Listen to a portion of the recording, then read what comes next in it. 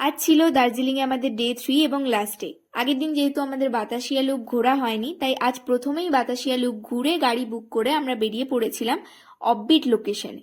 মানুষের ভিড় কোলাহল এড়িয়ে এক টুকরো শান্তি খুঁজতে আমরা বেরিয়ে পড়েছিলাম দাওয়াই পানির উদ্দেশ্যে। চারিদিকের পরিবেশ দেখে তোমরা বুঝতে পারছো কতটা শান্তি রয়েছে এখানে। পাহাড়েই বোধহয় এরকম শান্তি অনুভব করা যায়। যাই হোক, রাস্তায় গরম গরম ম্যাগি খেয়ে আমরা পৌঁছে গেছিলাম আমাদের হোমস্টেতে। হোমস্টে আগের থেকেই বুক করা ছিল। পরের ভিডিওতে হোমস্টের রুম ট্যুর এবং সমস্ত ডিটেলস আমি অবশ্যই তোমাদের সাথে শেয়ার করব। দাওয়াই পানি হলো দার্জিলিং থেকে অনেকটাই দূরে একটি ছোট্ট পাহাড়ি গ্রাম, যেখানে মানুষের জনবসতি, যানবাহনের কোলাহল অনেকটাই কম।